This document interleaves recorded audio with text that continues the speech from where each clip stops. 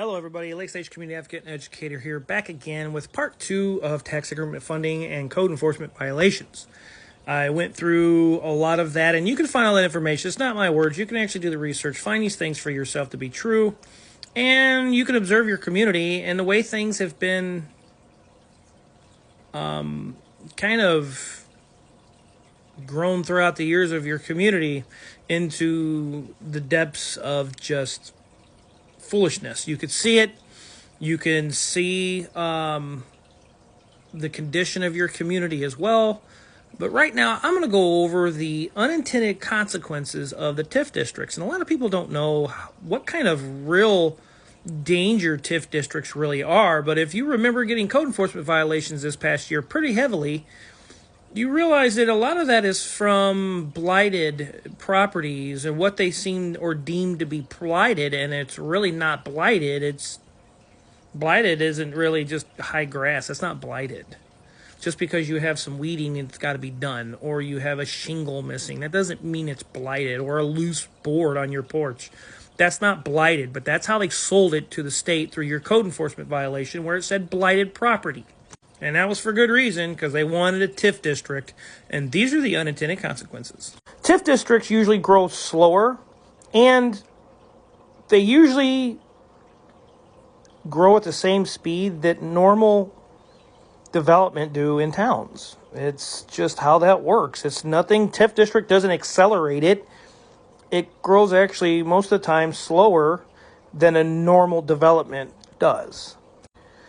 The second thing is it usually adversely affects districts and schools, and usually the city general funds. Now, if you listen to my other videos, I was talking about rainy day funds, general funds, capital funds, and how movement of funds get moved around. So if you haven't done those really well, and there's a debt somewhere between your rainy day funds and your general capital funds, then you're taking you're stealing from Peter to pay Paul, and nobody's got any money, and you bring in more debt as such a TIF district, that's going to affect schools. It's going to affect everything. And it's actually technically like having 4 credit cards, having them maxed out, and getting 2 more and maxing them out. It's just more debt up on top of debt, and it's never going to stop. The third thing is it usually raises tax levies on properties that are outside that TIF district, and the properties that are on the inside of that TIF district usually have to compensate as well for the lost revenue. So, but and mainly though, if you're outside a TIF district in town, and let's say part of your town is TIF district, that the properties outside, the rest of us have to help pay for that debt on the inside of that TIF district, and that's how that works. The fourth thing is gentrification. And while it sounds like a really good trigger word, gentrification is basically you start to overtax people to such a point that they have no choice but to move out. And that's what's being done. And that occurs because of bad management of funds and finances, of capital funds and rainy day funds throughout the town, throughout the years, getting bonds and loans and now TIFs. Because of that, it's had to jack taxes to such a rate that no one can afford them and nobody wants to come in. So in sense, any of the poorer communities or the poor ethnic groups are usually affected by that. It sounds pretty racist to me, quite frankly. We'll call it what it is, but it's just a really sly way of getting those of poorer ethnic communities out of your community. The fifth thing is it's sold as a redevelopment tool.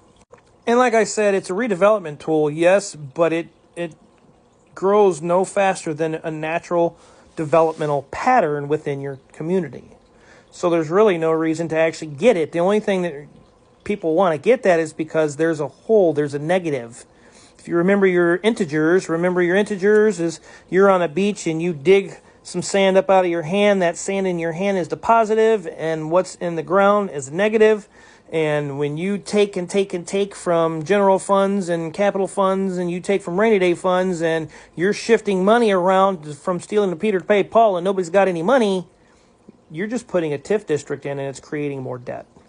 Now, if this sounds any familiar in Lake Station and any other communities that are nearby, this has been used as a very abusive tactic and a very It's very sickening, and it's been used to give people code violations, and the code enforcement violations will be for very simple things. It could be as simple as a lawnmower sitting outside, and they're going to say that your property is blighted because now you got to prove to the state that your property is not blighted. But who are you going to tell? Because the city, they're not going to help you and tell you, right? So code enforcement's you got a shingle missing, a loose board, they're going to call your property blighted. And the reason why is because the word blighted in a TIF district gives them the ability to almost condemn your home, knock it down, and have their new developers come in and build new property on your land. So it's a very evil tactic to remove people that you don't like or don't want. Now, why is that important?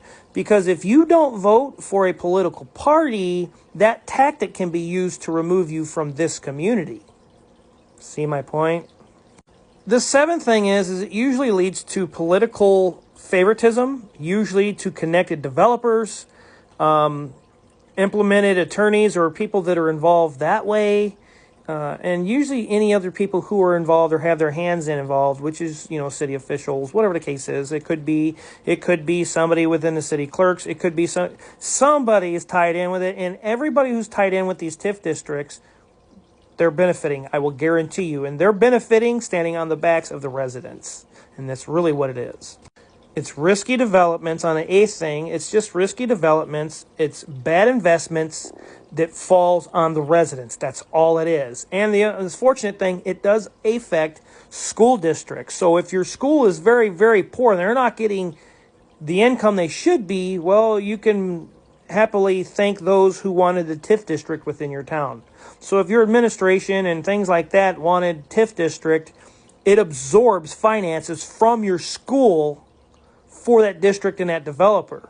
So, it for the ninth thing, it normally will inflate your property taxes, which we all know we already are struggling for that. And then if you throw the school referendum in the mix, well, look how that's going. And the 10th thing is, I want you to know that Chicago is a prime example of what TIF districts look like after years of bad decision making. And it is what it is. That is a very TIF-ridden city. And you see how that's working out. And they keep asking more, and they were just asking for another $800 million to make up for debt. So when you're taking debt and you're trying to pay off debt with debt and you need more debt, we're not doing something right. So I would start holding the city officials a little more accountable, and I would start asking some serious questions.